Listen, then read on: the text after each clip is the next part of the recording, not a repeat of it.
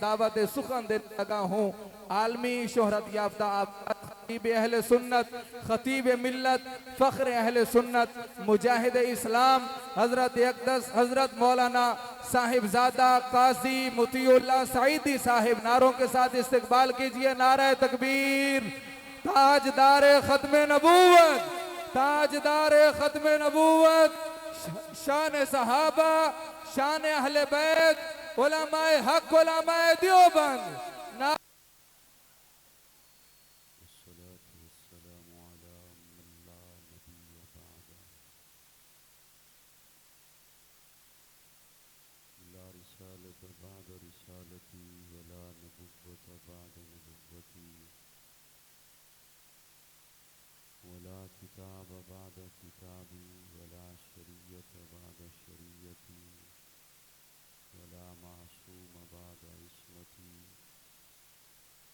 ولا سنة بعد سنتي ولا أمة بعد أمتي أما بعد فقد قال الله تبارك وتعالى في كلامه المجيد والفرقان الحميد أعوذ بالله السميع العليم من الشيطان اللعين الرجيم بسم الله الرحمن الرحيم لله العزة ولرسوله وللمؤمنين قال النبي صلى الله عليه وسلم لو كنت متخذا خليلا سوى الله لاتخذت أبا بكر خليلا صدق الله مولانا العظيم درود شریف کی تلاوت فرمائیں۔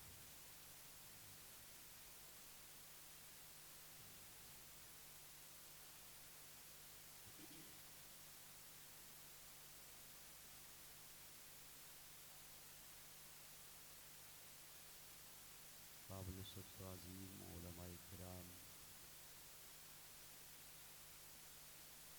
معزز سامعین،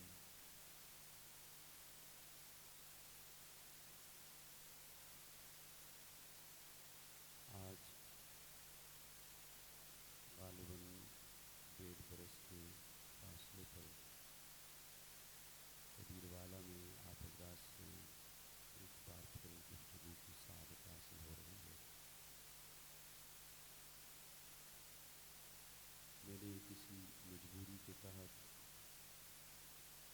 جلدی وقت لے لیا، میرے بعد انشاءاللہ پروگرام جاری رہے گا اور میں امید رکھتا ہوں کہ آپ دل جمی کے ساتھ تشریف فرما رہیں گے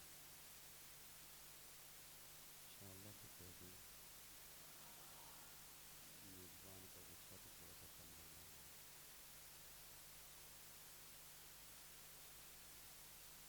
کوشش کروں گا کہ مختصر وقت میں اپنا مدعا آپ کی خدمت میں پیش کروں، اور میں امید رکھتا ہوں کہ آپ بھرپور توجہ سے مجھے سماعت فرما لیں گے۔ عموماً اگر معاشرے کو دیکھا جائے تو 2 وجہ ہوتی ہیں کسی کے تعارف کی۔ یا تعارف ہوتا ہے نسب کے حوالے سے، یا تعارف ہوتا ہے حسب کے حوالے سے۔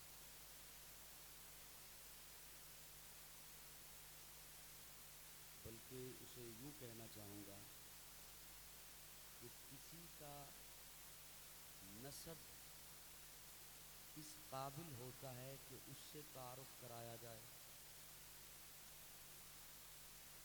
اور کسی کا حسب اس قابل اور لائق ہوتا ہے کہ اس کا تعارف حسب سے کرایا جائے۔ اب مجھے دیکھیں گے بھی اور سنیں گے بھی تو تب میں بات پیش کر سکوں۔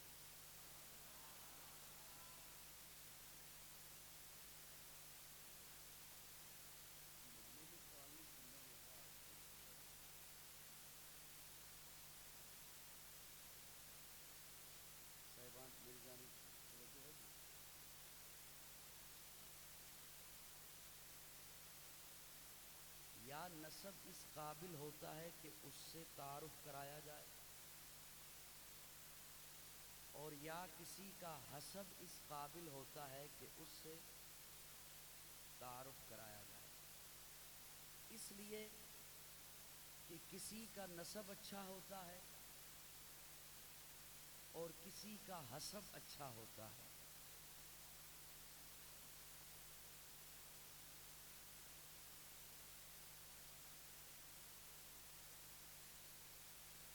کسی کا نسب اچھا ہوتا ہے، کسی کا نسب سے مراد خاندان، اس کا دادا، اس کا باپ، یہ اچھا، اور حسب سے مراد اس کا کردار، اس کی سیرت، اس کا اخلاق، اس کا برتاؤ، اس کا کام، وہ اچھا۔ تو سادہ لفظوں میں یوں کہوں گا کہ یا تو نسب اچھا ہوتا ہے،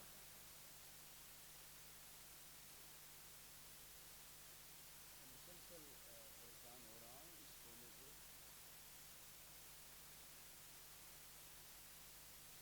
یا تو نسب اچھا ہوتا ہے یا حسب اچھا ہوتا ہے، اور یہ ضروری نہیں کہ کسی کا نسب اچھا ہے تو حسب بھی اچھا ہو، یا کسی کا حسب اچھا ہے تو نسب بھی اچھا ہو جاتا ہے کبھی، لیکن یہ ضروری نہیں۔ نسب اتنا اچھا کہ نبی کا بیٹا، لیکن نسب اتنا اچھا کہ نبی کا بیٹا، لیکن حسب قاتل ہے۔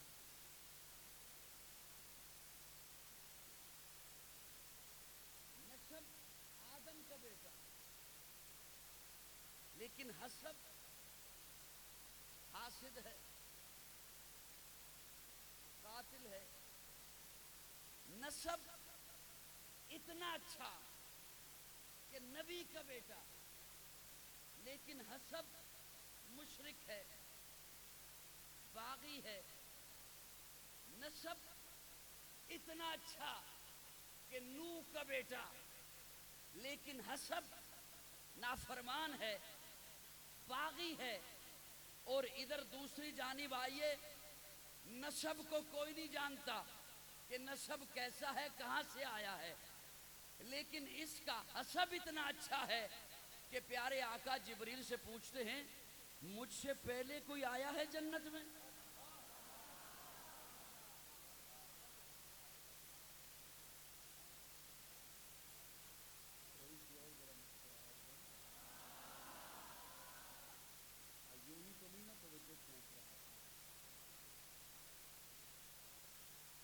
نسب کو کون نہیں جانتا کہاں سے آیا، لیکن اس کا حسب ایسا ہے۔ پیارے آقا پوچھتے ہیں جبریل مجھ سے پہلے کو آیا ہے جنت میں؟ یا رسول اللہ کو نہیں آیا؟ تو فرمایا یہ پھر میرے آگے چلنے کی آہٹ کس کی ہے؟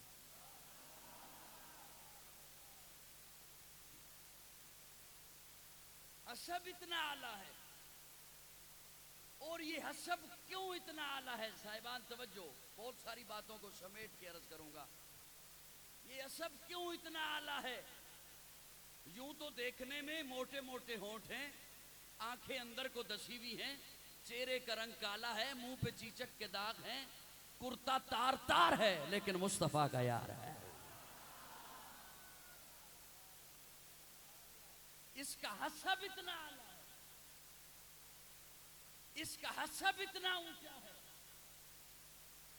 کہ ملائکہ بھی رش کرتے ہیں، اور عمر جیسا جری بھی کھڑے ہو کے کہتا ہے میرا سید آ رہا ہے، میرا سردار آ رہا ہے، جو سید نہیں حبشی ہے، عربی نہیں عجمی ہے، گورا نہیں کالا ہے، خوبصورت نہیں سانولا ہے، اپنا نہیں پرایا ہے، قریب کا نہیں دور کا ہے، چلتا فرش پہ ہے، آہٹ عرش سے آتی ہے۔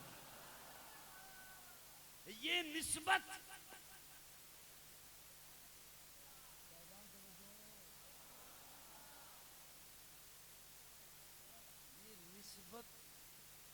حضور کی مجلس سے ملتے ہیں. اور آواز میں کہو گے سبحان اللہ. یہ نسبت صحابہ کو ملتی ہے اور صحابہ کو یہ نسبت آج کے کسی بندے سے پوچھ کے نہیں ملتی کہ آج کا کوئی بندہ اپنے اوپر بڑا اچھا لبادہ اور لے اور کہے میں وحدت امت کا پیغام دے رہا ہوں اور انگلی اٹھائے صحابہ پر. ایسے نہیں ہو سکتا. صحابہ کو یہ عظمت میرے آقا کے قدموں سے ملی.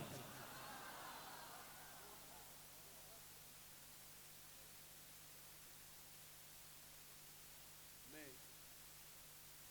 بہت ہی جلدی آپ کی خدمت میں رکھنا چاہتا ہوں. احساس طبیعت کا بندہ ہوں. اللہ آپ سے راضی رہے, اللہ آپ کو خوش رکھے. فرنٹ والے بھی تھوڑا سا بول دیں نا سبحان اللہ.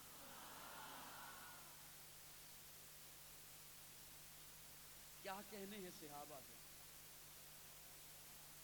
جنہیں یہ ساری عظمتیں میرے آقا کے قدموں سے ملی ہیں, جنہیں یہ ساری رفتیں, عزتیں, عظیمتیں میرے آقا کے قدموں سے ملی ہیں. بڑی معتبر ہے جماعت صحابہ. ذرا پڑھ کے دیکھو حیات صحابہ. گویا کہ ہے باغ ارم میں اترنا, موضوع سخن ہے بات صحابہ. ملا ہے جو لا ریب بے عیب ہم کو, کلام خدا برات صحابہ. میں ایک جملہ عرض کرنے لگا ہوں. یہ جو آج چہروں پہ داڑیاں نظر آ رہی ہیں نا, یہ اس لیے ہیں کہ صحابہ تھے. یہ جو پگڑیاں نظر آ رہی ہیں نا, یہ اس لیے ہیں کہ صحابہ تھے. یہ جو مساجد ہیں نا, یہ اس لیے کہ صحابہ تھے. یہ مدارس اس لیے ہیں کہ صحابہ تھے. یہ تبلیغی مراکز اس لیے آباد ہیں کہ صحابہ تھے. یہ جو آپ کے گھروں میں قرآن کی تلاوت کی آواز آتی ہے, اس لیے کہ صحابہ تھے. آپ کی بیٹی حیا کرتی ہے, اس لیے کہ صحابہ تھے. آج کہیں طہارت ہے, اس لیے کہ صحابہ تھے. اور سٹیج پہ علماء بیٹھے ہیں, مجھے 18-20 برس ہونے کو ہیں سٹیج پہ آئے ہوئے. ذہن میں بات آ جاتی ہے, چہرے پڑھ ہی لیتا ہوں. اتنی بڑی بات, داڑیاں اس لیے کہ صحابہ تھے, پگڑیاں اس لیے کہ صحابہ تھے, قرآن کی تلاوت اس لیے کہ صحابہ تھے. میں چھوٹا ہوں, میں نے چھوٹی بات کی ہے. میرے آقا بڑے ہیں نا, حضور نے بڑی بات کی ہے. میں تو چھوٹا ہوں نا, میں نے چھوٹا جملہ بولا ہے. میرے آقا بہت بڑے ہیں نا, میرے آقا نے بہت بڑا جملہ بولا ہے صحابہ کے بارے میں. سنا دوں, پیارے آقا جب پہنچے نا بدر میں, عشاء کا وقت تھا. صحابہ کو فرمایا اپنے اپنے خیموں میں آرام کرو. میں اپنے خیمے میں جانے لگا. اپنے خیمے میں جانے لگے اور خادم کو کہا کسی کو اندر نہ آنے دینا, میں لائن ملانے لگا, میں کنیکشن ملانے لگا ہوں, میں آن لائن ہونے لگا ہوں. کبیر والا والوں اور میں چہرے بھی دیکھ رہا ہوں, طلباء کے چہرے کثیر تعداد میں ہیں. جمعرات ہے نا آج, جی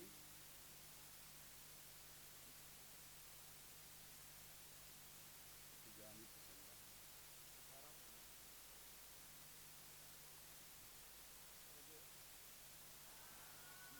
یہ جملہ میرا ضائع نہ کرنا. پیارے آقا خادم کو کہتے ہیں کسی کو اندر نہ آنے دینا, لیکن سن اگر ابو بکر آیا تو روکنا نہ.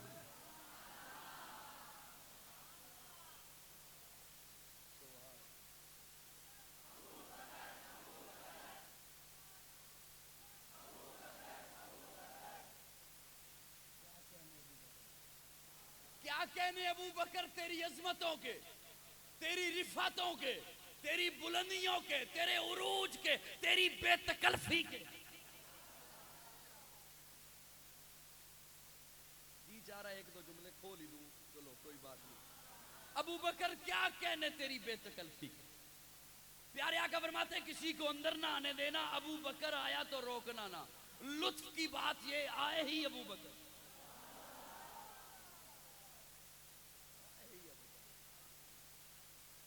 کیا کہنے ابو بکر تیری عظمتوں کے. اور ابو بکر وہ ہے، پیارے آقا فرماتے ہیں عالم ارواح میں میری اور ابو بکر کی روح نے دوڑ لگائی. میری اور ابو بکر کی روح نے دوڑ لگائی. 2 قدم میری روح ابو بکر کی روح سے آگے رہی، اور یہی 2 قدم کا فاصلہ رہا. وہ پہلا مددگار، پہلا صحابی، نبی نے جسے ہر قدم پر دعا دی. وہ افضل بشر بعد از انبیاء ہے. وہ جانے صداقت، وہ جانے وفا ہے. فرشتے اسی کی اداؤں پہ عاشق، اسی کی نمازوں دعاؤں پہ عاشق. نبیوں سے کمتر، اماموں سے اعلیٰ، محمد سے ہر دم وفا کرنے والا. بشر کی شرافت کا معیار ٹھہرا، صداقت کا اونچا وہ مینار ٹھہرا. وہ چلتا ہوا ایک باب حرم تھا، وہ سارے کا سارا تھا قرآن جیسا. خدا کے تھا ایک ایک فرمان جیسا. خدا اس پہ راضی ہوا وہ خدا پر، کہیں قدسی آمین اس کی دعا پر. وہی ثانی اثنین کا ہے مخاطب، اسی کے لیے ہیں بڑے سب مراتب. جو کہتا تھا نظریں عمر اس کے آگے، کھڑا ہو کے شام و سحر اس کے آگے. وہ کتنا بڑا ہے خدا جانتا ہے، وہ کیسے بنا ہے خدا جانتا ہے. کوئی امتی اس سے بہتر نہیں ہے، کوئی امتی اس کا ہمسر نہیں ہے. کوئی اس کو صدیق مانے نہ مانے دیے ہے، مگر اس کو رتبے خدا نے. امان محمد ابو بکر، امین محمد ابو بکر، معین محمد ابو بکر، یمین محمد ابو بکر، یسار محمد ابو بکر، وزیر محمد ابو بکر، مشیر محمد ابو بکر، سپردار مہر نگین محمد ابو بکر.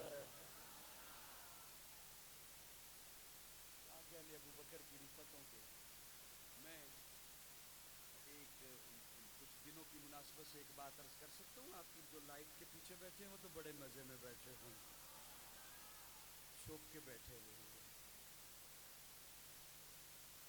پیارے آقا ہجرت کی رات حضرت علی کو سلاتے ہیں بستر پر، اور میرے عقیدے کا حسن دیکھیے جو میرے اکابر نے مجھ تک پہنچایا، جو میرے اکابر نے، میرے اساتذہ نے ہمیں تعلیم دی. میرے عقیدے کا حسن دیکھیے. اسی لیے تو آج قومی اسمبلی میں بل پاس ہوتا ہے تو اہل حق کا طبقہ خوش ہے کہ ہمارے پاس عقیدہ ہی ستھرا ہے. بولو نہ بولو نہ بولو. ہمارے پاس عقیدہ ہی ستھرا ہے. یہ چیخیں یوں ہی نہیں نکل رہی، ان چیخوں کے پیچھے کوئی وجہ ہے نا. کیا خیال ہے؟ ہمیں تو کوئی مسئلہ نہیں ہے. یوں کرو گے تو مجھے کیا پتہ چلے گا؟ لائٹ کے پیچھے بیٹھے ہمیں تو خوشی ہے نا.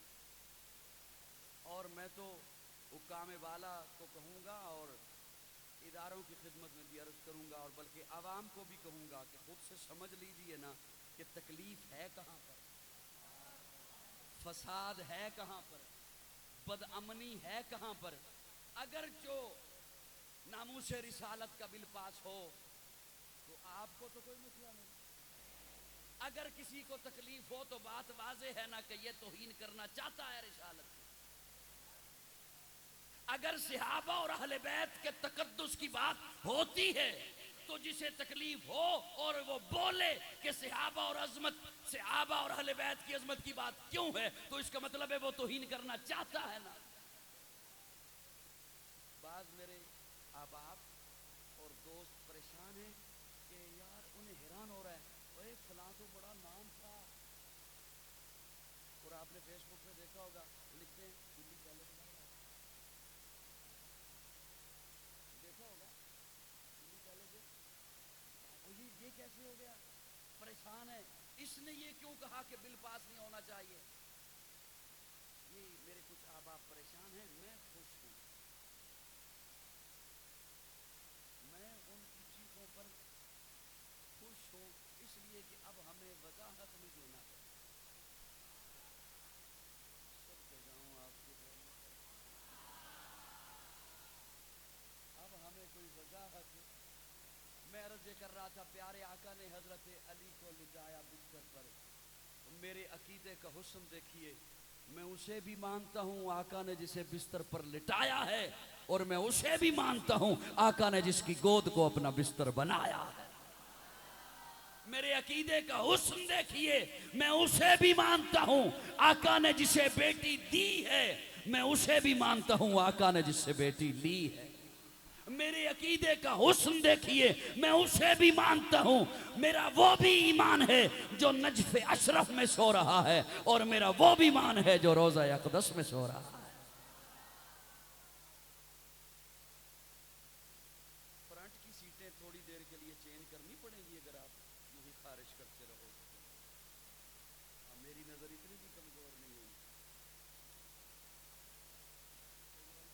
حضرات علماء کرام اللہ انہیں سلامت رکھے, ان کو تو دعائیں دیں گے, اور جو طالب علم بیٹھے ہیں آپ تھوڑا تھوڑا بولیے گا, انشاءاللہ امتحان اچھے ہو جائیں گے.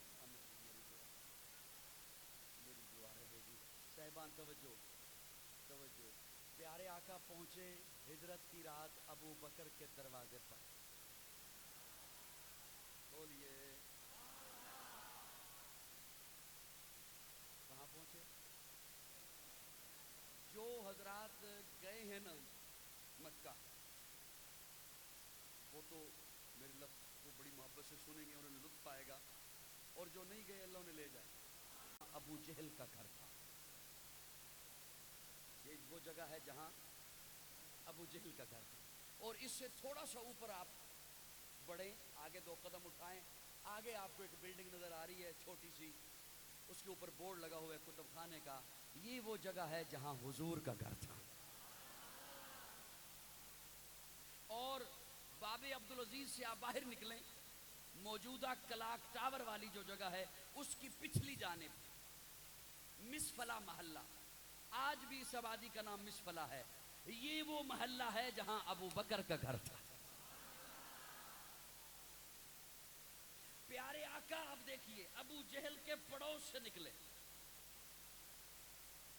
صفا پہاڑی کو کراس کیا, مطاف والی جگہ کو کراس کیا, باب عبدالعزیز والی موجودہ جگہ کو کراس کیا, موجودہ کلاک ٹاور والی جگہ کو کراس کیا. ابو بکر کے گھر پہنچے, دستک دی, ابو بکر باہر تشریف لے آئے, دروازہ کھول دیا. میں تخیلات کی دنیا کا بندہ ہوں, اپنے تخیل میں سوال کیا, ابو بکر پوچھا تو ہوتا من دق الباب, دروازے پر کون آیا ہے؟ ادھر دستک ہوئی, ادھر آپ نے دروازہ کھول دیا. کوئی دشمن بھی تو ہو سکتا تھا, ہجرت والی رات ہے, خطروں والی رات ہے, دشمنی والی رات ہے, ادھر دستک ہوئی, ادھر آپ نے دروازہ کھول دیا. ابو بکر مجھے جواب دیتے ہیں, کمال کرتے ہو, اگر محبوب کے دستک دینے کے انداز کو صدیق نہ سمجھے تو کون سمجھے؟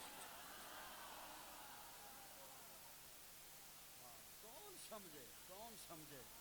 میں تو اس وقت سے انتظار میں تھا جب حضور نے فرمایا تھا ابو بکر تیار رہنا, میں نے آنا.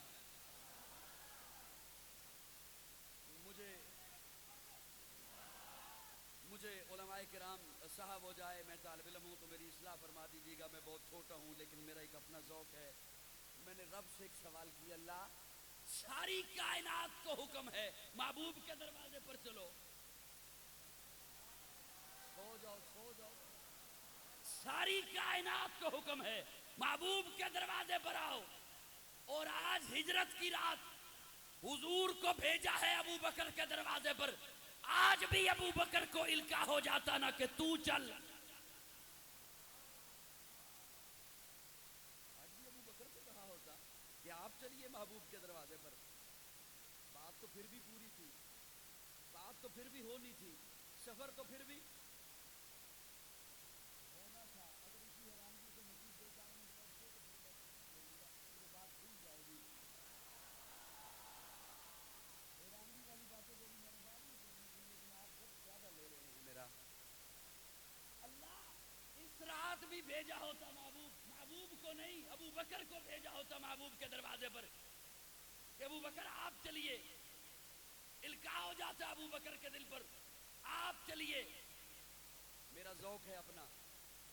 اللہ فرماتے ہیں میں نے اس لیے ابو بکر کو نہیں بھیجا تاکہ بعد میں آنے والا کو یہ نہ کہے حضور نے کسی اور کو ساتھ لے کے جانا تھا, ابو بکر نے زبردستی کی ہے.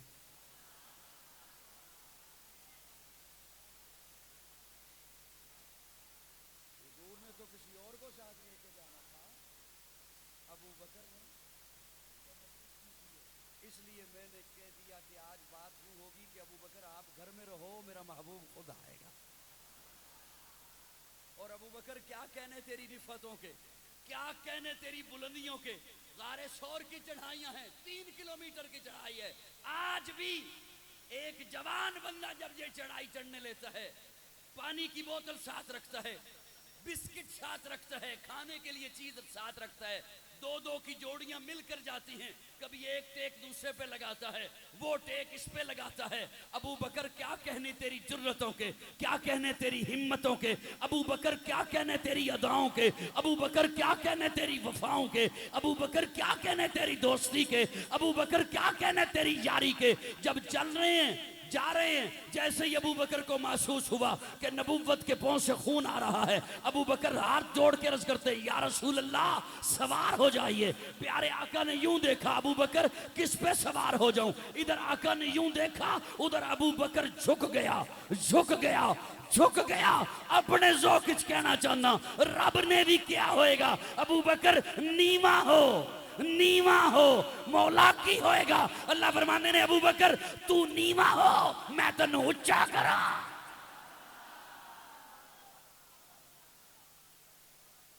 پیارے آقا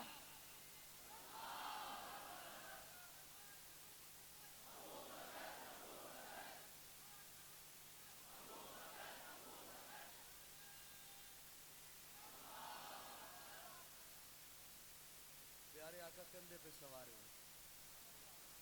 آپ علماء سے سنتے ہیں حضور کے کندھے پر مہر نبوت ہے.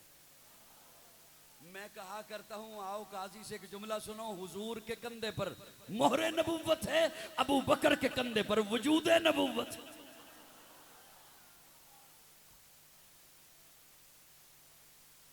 اور پیارے آقا جب کندھے پہ بیٹھے تو حضور کا ایک پاؤں مبارک اس جانب، حضور کا ایک پاؤں مبارک اس جانب. جب کوئی اس انداز سے کسی کے کندھے پہ بیٹھے تو لا محالہ بیٹھنے والا جس کے کندھے پہ بیٹھے اس کا سر اپنے ہاتھوں میں لے،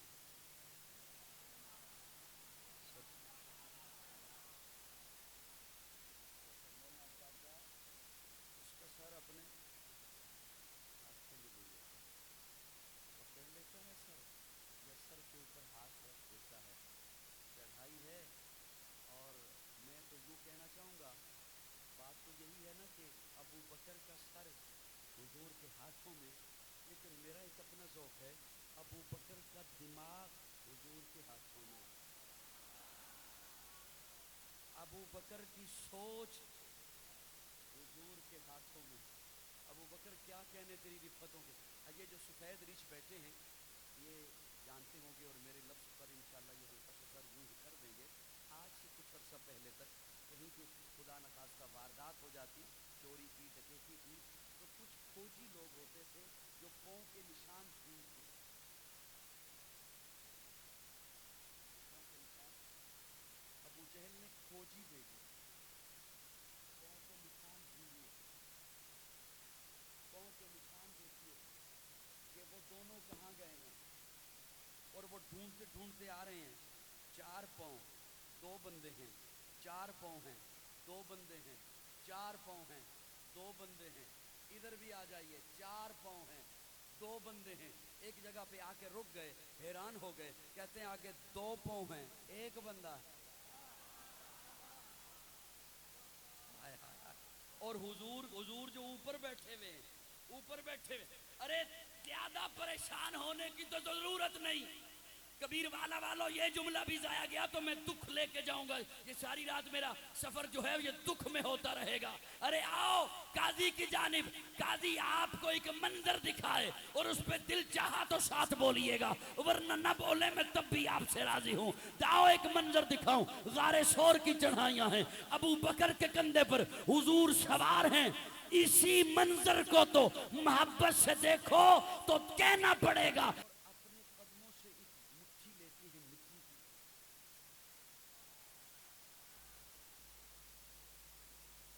اسے پھینکتے ہیں کافروں کی جانب.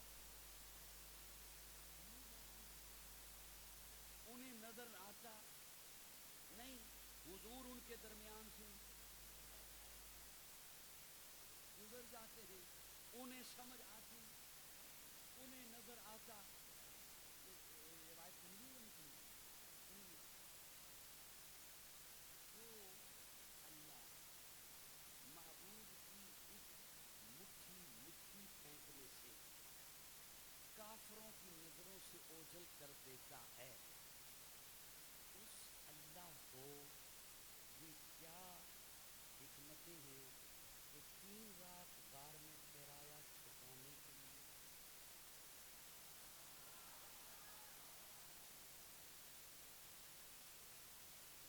جب کافر ارد گرد تھے، یہ کچھ باتیں اگلے دن جا سکتے ہیں، کافر ارد گرد موجود تھے، ان کے درمیان سے حضور نکلے ان کے، اور یہاں تو بہت فاصلہ تھا، وہ بہت پیچھے رہ گئے تھے، وہ بہت پیچھے رہ گئے تھے. پیارے آقا تو آگے نکلا، کارے شور میں پہنچ گئے، وہاں اللہ نے چھپا دیا، یہاں نہیں چھپا سکتا تھا.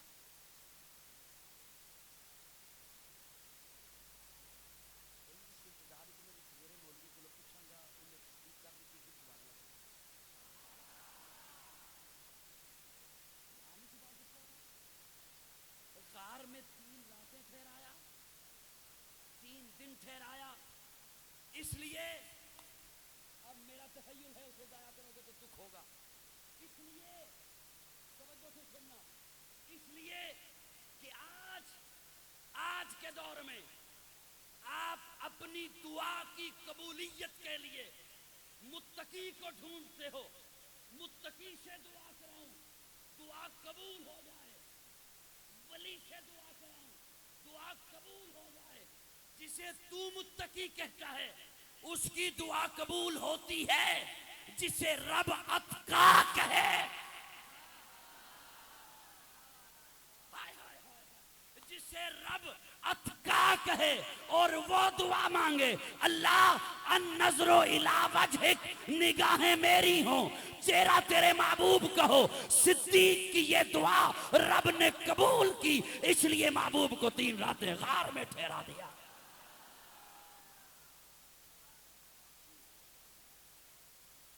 جسے اتقا رب کہہ رہا ہے.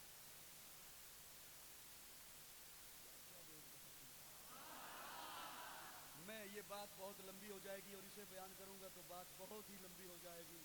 میں عرض یہ کر رہا تھا آپ کی خدمت میں کہ حضور نے فرمایا کسی کو اندر نہ آنے دینا. بات یاد ہے؟ لیکن ابو بکر آیا تو اسے روکنا. آئے ہی ابو بکر. اور یہ بات میں آپ کی خدمت میں اس لیے عرض کر رہا تھا کہ میں چھوٹا ہوں، میں نے کہا ہے داڑھی نہ ہوتی گر صحابہ نہ ہوتے، پگڑی نہ ہوتی گر صحابہ نہ ہوتے. ہو سکتا ہے آپ بات بھول گئے ہوں لیکن میں نہیں بھولا. یہ مساجد نہ ہوتی گر صحابہ نہ ہوتے، مدارس نہ ہوتے گر صحابہ نہ ہوتے. میں چھوٹا ہوں، میں نے چھوٹا جملہ بولا ہے. میرے آقا بڑے ہیں، حضور نے بڑا جملہ بولا ہے. پیارے آقا بدر میں فرماتے ہیں کسی کو اندر نہ آنے دینا. ابو بکر آیا تو اسے روکنا. ہاں آئے ہی ابو بکر، اور جب ابو بکر اندر پہنچے تو دیکھا پیارے آقا سجدے میں ہیں، حضور کی پگڑی مبارک زمین پر آ چکی ہے اور پیارے آقا اس ریتلی زمین پر سجدہ کیے ہوئے ہیں اور وہ ریتلی زمین حضور کے آنسوؤں سے تر ہو چکی تھی. اور پیارے آقا کے لب پہ کیا تھا؟ مولا یہ 313 جو لے کر آ گیا ہوں نا، یہ جو باہر خیموں میں ہیں، یہ میری محنت ہے جو لے کر آ گیا ہوں، یہ میری کمائی ہے جو لے کر آ گیا ہوں، یہ میری محنت ہے جو لے کر آ گیا ہوں، یہ میری جد و جہد ہے جو لے کر آ گیا ہوں، یہ میری تگ و دو ہے جو لے کر آ گیا ہوں. اللہ یہ مسافر ہے، غریب الوطن ہیں، انہوں نے مارے کھائی بھی ہیں. ان ابو حبشہ سے چلا ہے بلال، اس کی پیٹھ پر گوشت نہیں ہڈیاں نکلی ہوئی ہیں. اللہ لے کر آ گیا ہوں. ان کے پیٹ میں کھانے کو کچھ نہیں، اسلحہ پاس نہیں، گھوڑے پاس نہیں، ان کے پاس کوئی اور ساز و سامان نہیں، لے کر آ گیا ہوں. ان کا جنگوں کا کوئی تجربہ نہیں. میں نے کہا چلنا ہے، یہ چل پڑے ہیں. انہوں نے کوئی عذر نہیں کیا ہمارے پاس سامان نہیں ہے. 313 ہیں لیکن صرف 6 تلواریں ہیں، اللہ انہیں لے کر آ گیا ہوں۔ اللہ یہ مسافر ہیں، مشرکین نے مجھ پر پتھر برسائے ہیں، انہوں نے مجھ پر پھول برسائے ہیں، مشرکین نے میری راہوں میں کانٹے بچھائے ہیں، انہوں نے میری راہوں میں پلکیں بچھائی ہیں۔ اللہ آج تیرا محبوب تجھے کہہ رہا ہے، آج تیرا محبوب زبان نبوت سے تجھے کہہ رہا ہے، اگر یہ کٹ گئے، کٹنے کے لیے آ گئے ہیں، ذبح ہونے کے لیے آ گئے ہیں، ذبح ہو جائیں گے، لیکن اللہ سن، اگر آج یہ نہ رہے، قیامت تک تیرا نام لینے والا کوئی نہ ہوگا۔ تو پھر قاضی کو کہنے دے، قاضی نے تو کہا ہے مسجد نہ ہوتی صحابہ نہ ہوتے، داڑھی نہ ہوتی صحابہ نہ ہوتے، پگڑی نہ ہوتی صحابہ نہ ہوتے، تلاوت نہ ہوتی صحابہ نہ ہوتے، طہارت نہ ہوتی صحابہ نہ ہوتے، مراکز نہ ہوتے صحابہ نہ ہوتے، خانقاہیں نہ ہوتی صحابہ نہ ہوتے۔ میرے آقا بڑے ہیں، حضور نے بڑا جملہ بولا ہے، مولا تیری توحید بھی نہیں بچتی اگر صحابہ نہ ہوتے۔ نعرہ تکبیر، عظمت صحابہ، مقام صحابہ، رفعت صحابہ، نعرہ تکبیر۔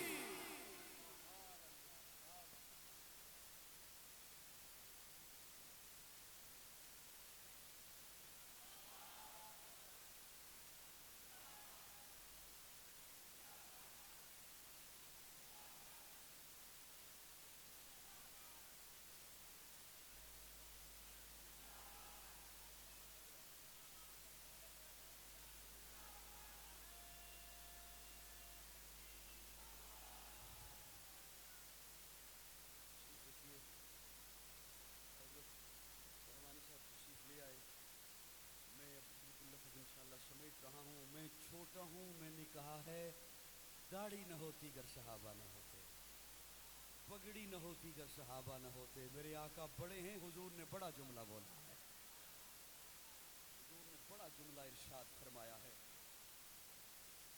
صحابہ آج مجھے 2 منٹ بولنے دیتے ہیں؟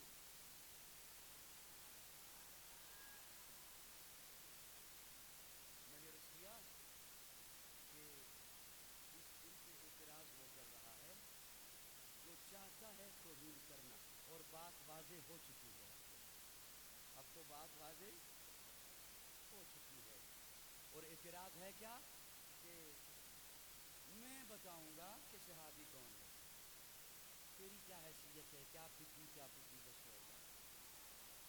حضرت امیر معاویہ کی حقانیت سے متعلق میں نے تجھ سے نہیں پوچھنا، مجھے حضرت حسن بتا رہے ہیں کہ وہ حق ہیں، اس لیے حضرت حسن نے حضرت معاویہ کے ہاتھ پر بیعت کی۔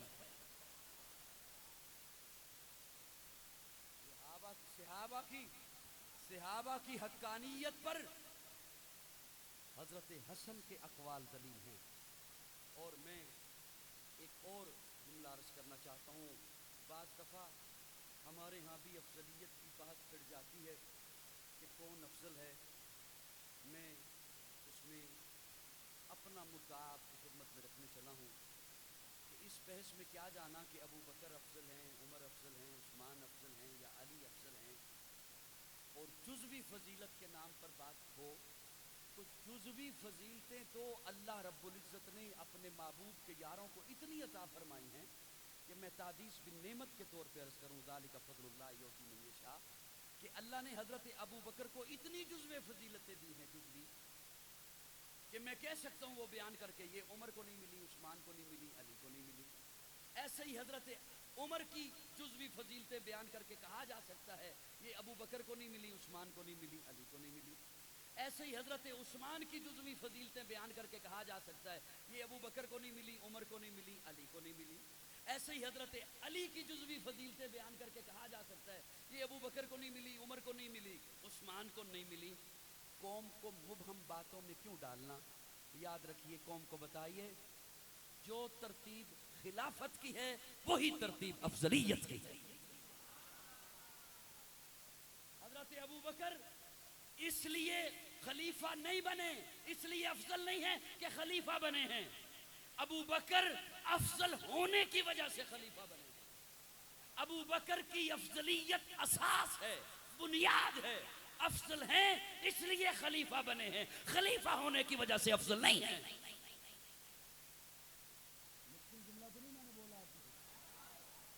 ایک اور بات سن لیجئے، کوفہ کا بازار ہے، کوفہ کا چوک ہے، لوگ آپس میں بحث کر رہے ہیں کہ حضرت علی افضل ہیں یا حضرت ابو بکر افضل ہیں۔ بات پہنچی حضرت علی تک، کن تک؟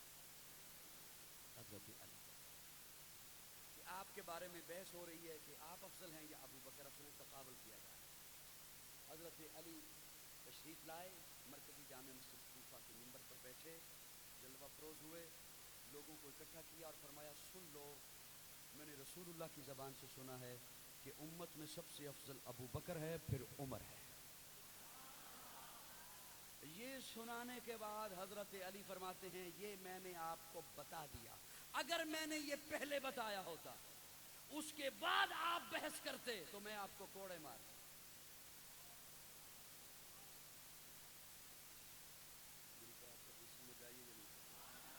یہ حضرت علی فرماتے ہیں یہ میں نے آپ کو بتا دیا، اگر میں نے یہ پہلے بتایا ہوتا، اس کے بعد آپ آپس میں بحث کرتے تو میں آپ کو کوڑوں کی سزا دیتا۔